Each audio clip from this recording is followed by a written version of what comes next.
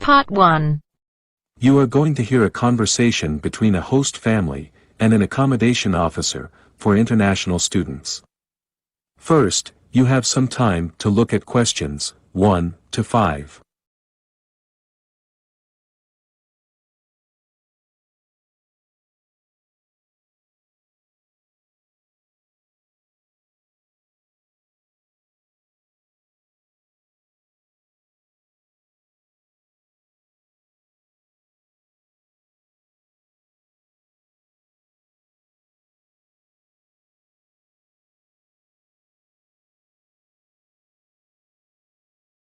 Accommodation office, Tom speaking. How may I help you? Yes, hi. My name's Margaret Williams. Oh, hi. I understand that you're looking for host families for international students. Yes, we're always looking for suitable families, as we have a lot of demand at the moment. How did you hear about us? From a friend, Mrs. Dalton, who's already with your agency. We live in the same street as her in Maltby. Ah, yes, I know who you mean. You're quite close to several of our schools. And I just wanted to ask some questions about registering with you. No problem. OK, can you tell me how we go about becoming a host family with you? Well, once a family first approaches us, we like to make a preliminary visit to the home, have an informal chat and discuss all the registration details first. That sounds great.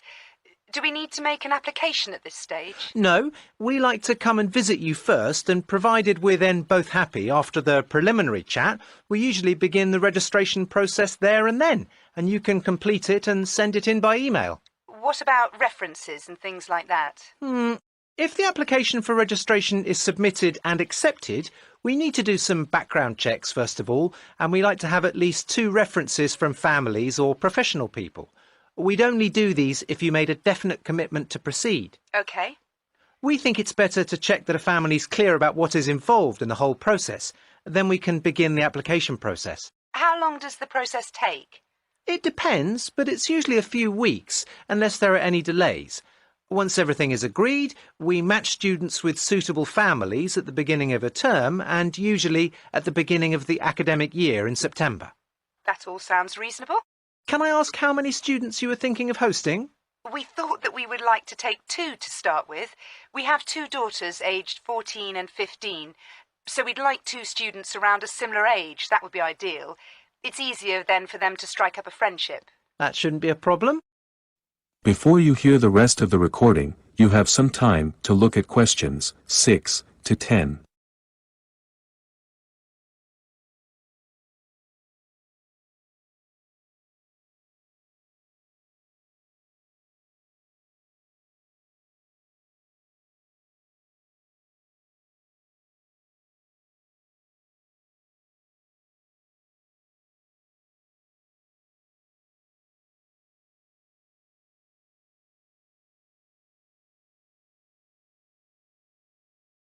Obviously, we have to look at things like how far the host family home is from schools we cover, access to libraries, whether you have Wi-Fi, access to public transport and the neighbourhood in general. OK. That sounds very reasonable. I think we'd like to proceed. OK, that's good. We could actually do a preliminary visit at the end of this week, Thursday morning or Friday afternoon, or any time on Saturday, and have a more detailed chat and start the application process, if appropriate. OK.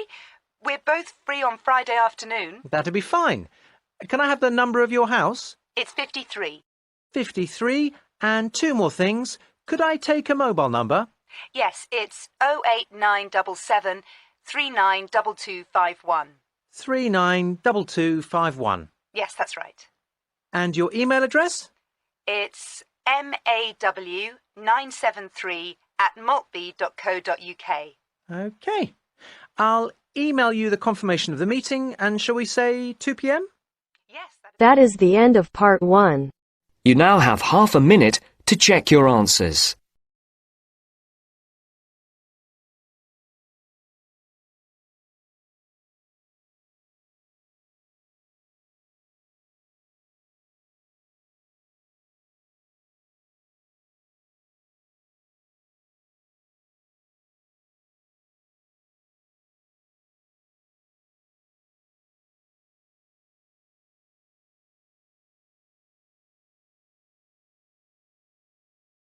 Now turns to part 2. Part 2. First, you have some time to look at questions 11 to 17.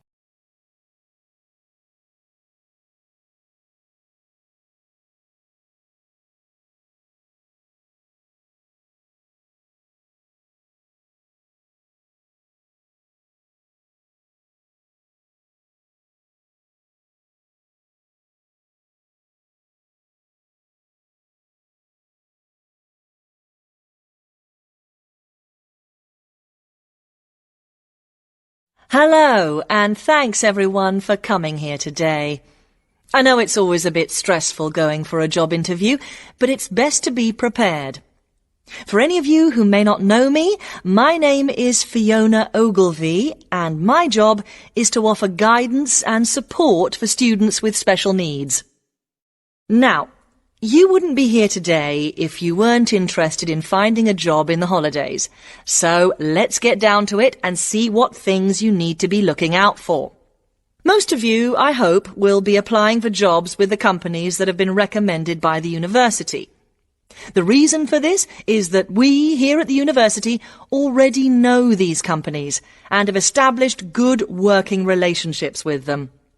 I've also been to visit all of them and checked out the facilities they have to offer.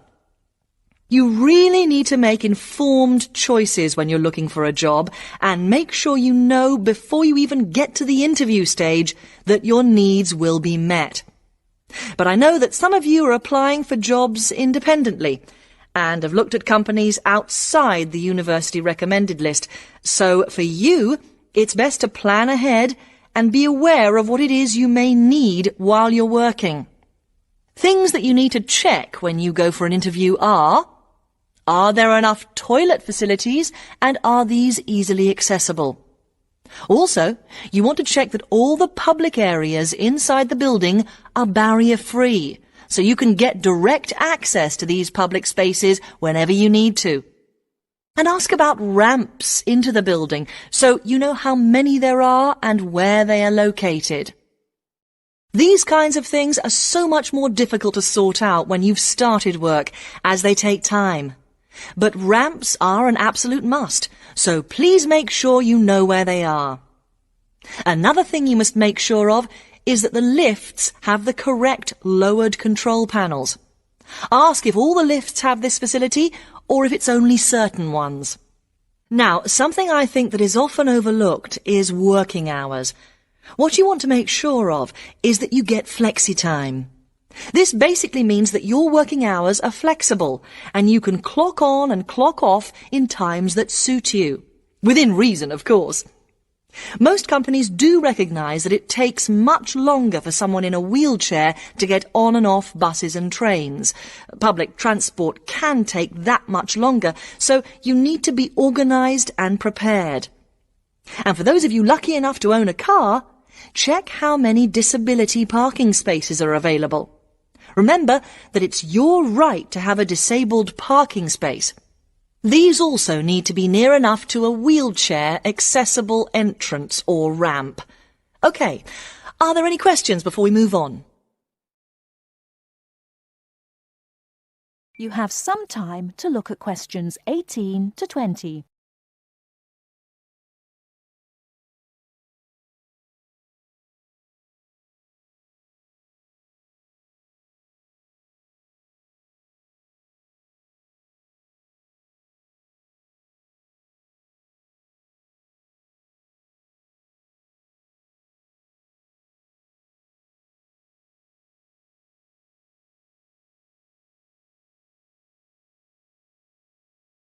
Right, let's move on then. Now I want to talk you through the series of visits to companies which we've got planned for next week. On Monday morning, we will be visiting the Lowland Hotel. They have various summer jobs available, working as a receptionist or conference organiser in their busy conference centre, organising and setting up conferences. You need to be prepared for working in an office environment and spending quite a bit of time talking on the telephone. The bus leaves for the hotel at 9 a.m, so make sure you leave yourself plenty of time to get there. When you arrive at the hotel, please gather in the reception area and wait for someone to take you to your first session, which will be a talk.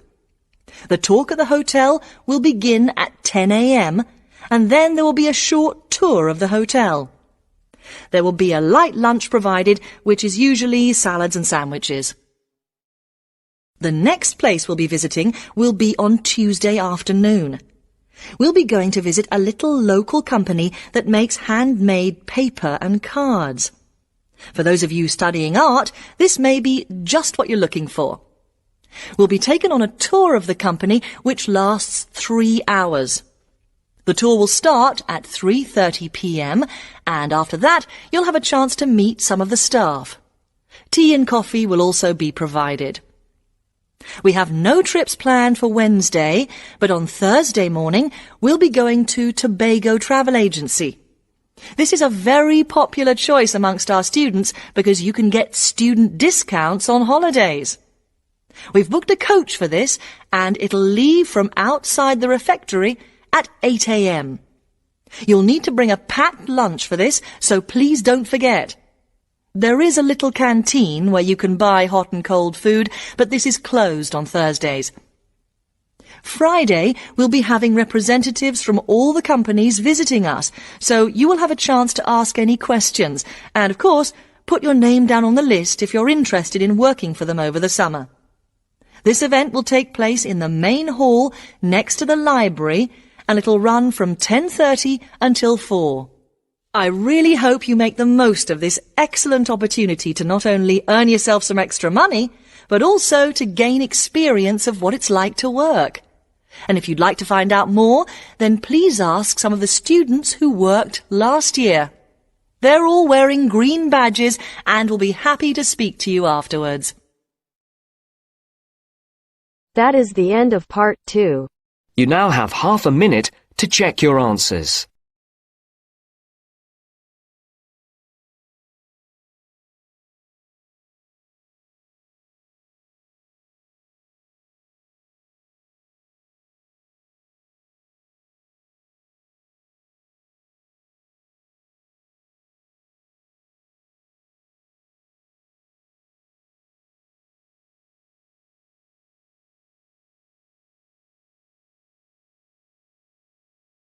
Now turns to part 3. Part 3. You are going to hear a conversation between a tutor and 2 students about their presentation. First, you have some time to look at questions 21 to 25.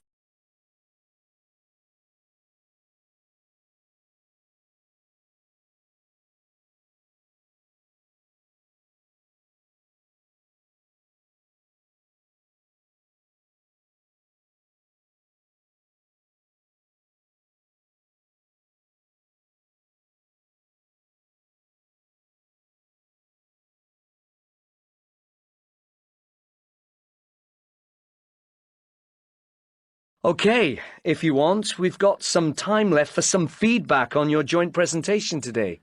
Yeah, we can do it now while it's fresh in our minds, if it's okay with Francesca. It's okay with me. So, Francesca, how do you think it went? Well, I was really happy with it actually, but I'm glad it's over. I think the main advantage of doing the presentation was that we both learned quite a lot about training and skills development for the workplace and how they improve people's opportunities in life, especially their job prospects. And we learnt a lot from actually delivering the presentation as well, which is really useful for the future. Yeah, that was important too. As I said, I was pleased with it, but if I had to do it all over again, I'd change a few things. Like what, for instance? Well, the first thing I do is work on the pace of the talk and make the delivery slower. And I'd keep a clock in front of me so that I was aware of the speed. And the next thing is, the length of the talk. I'd make the presentation time 15 minutes for each of us, because I think 10 minutes each was much too short. If we had given ourselves more time, it would have flowed better. Yes, I agree. I thought the timing was a bit tight. I'd say maybe even 30 minutes each. 30 minutes might have been a bit long for both you and the audience. Maybe you're right. 15 minutes each would probably have been better. And the next thing is the order of the data. I thought the sequence was bad. It could have been a lot better. Yes. If I had to give some particular advice, I'd say you needed to give yourselves a run-through, once or twice using the equipment, just to see what it's like. Doing it without preparation like that's not that easy. No, definitely not. And another thing for me is that we forgot to give out the handouts with the copies of our slides on them for people to take notes. I should have given them out before we started. And one final thing I do is I check that everyone could see the screen properly.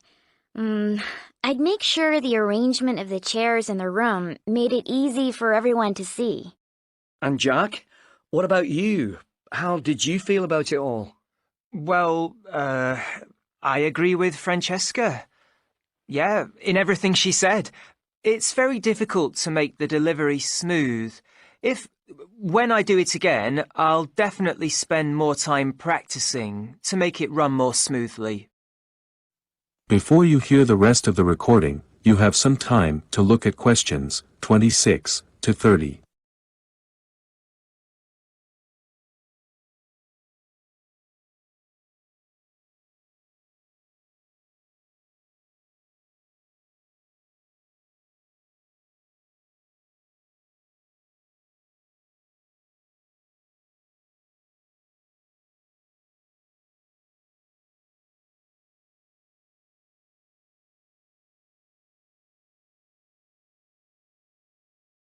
But would you add anything to what Francesca said? Perhaps I'd try to pack less information into the time given. I thought at first it would be the opposite. I was afraid that we'd end up looking foolish. And also, I think I'd spend less time on the information gathering phase, because unless time is devoted to practicing, it'll not be possible to give a good performance. Yeah, I think I'd agree. Anything else? Yeah, I get very nervous when I speak in front of people. If I did it again, I'd make sure I practiced speaking out loud and projecting my voice. I think the key for me is learning to steady my nerves. But you were very calm. Not inside, I wasn't. Well, it didn't show. I think you need the nerves to keep you going. But maybe try to take your mind off it beforehand by exercising or something. Is that everything? Yeah. Okay. Well, you'll be pleased to know the feedback from the class questionnaires was that the presentation was enjoyable, so well done. I have to say that I agree with them. Oh, thanks. I'll make a copy for both of you of the questionnaires if you want.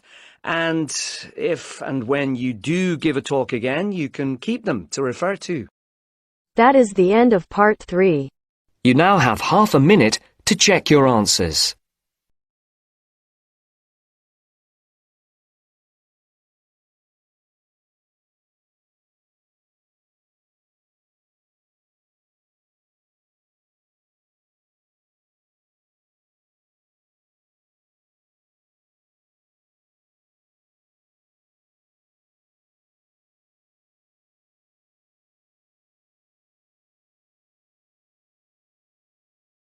Now turns to part 4.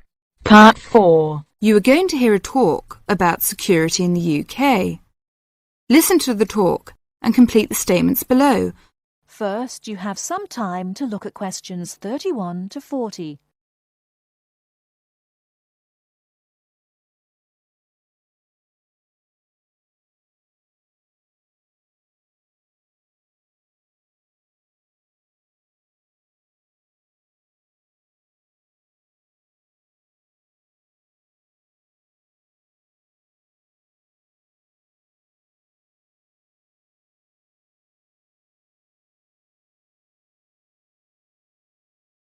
Large cities, for instance London, and crowded places such as airports and stations there is the risk of theft. We do not want you to suffer the distress of losing important documents and valuables as soon as you step onto British soil. So here are some important do's and don'ts. Don't carry more cash than you need for daily expenses. If you stay at a hotel, do ask the manager to keep large sums of cash, documents and valuables in the hotel safe and give you a receipt for them. This is a free service. If cash is stolen, it is very unlikely to be recovered. Do keep separately a note of the serial numbers on your traveller's checks, so if they are lost you can inform your bank. Do take particular care of bank and credit cards. Do carry wallets and purses in an inside pocket or a handbag. Don't ever leave a bag unattended and make sure it is securely fastened when you are carrying it. Do carry jewellery and valuables such as cameras, radios and typewriters on you or with you and keep a note of any serial numbers. Do take special care of your passport, travel tickets and other important documents. Documents are at risk particularly at airports and stations where it is obvious that most people will be carrying them. Do make a note and keep it in a safe place of the number of your passport, its date and place of issue. This makes replacement easier if you are unlucky enough to lose it. If you don't want to carry heavy luggage around with you, you can leave it in a luggage office at most large stations and pick it up later. Keep the receipt so that you can reclaim your luggage. Check the opening hours or you may find your luggage locked away when you need it again. If you lose any of your luggage in transit, take this up immediately with the officials of the airline or shipping line. But don't worry too much. 98% is found within 3 days. If you lose anything, go first to the lost property office at the airport or station, as it may have been found and handed in. If you lose your luggage in the street or suspect it has been stolen rather than gone astray, find the nearest policeman who will advise you what to do. That is the end of part 4. You now have half a minute to check your answers.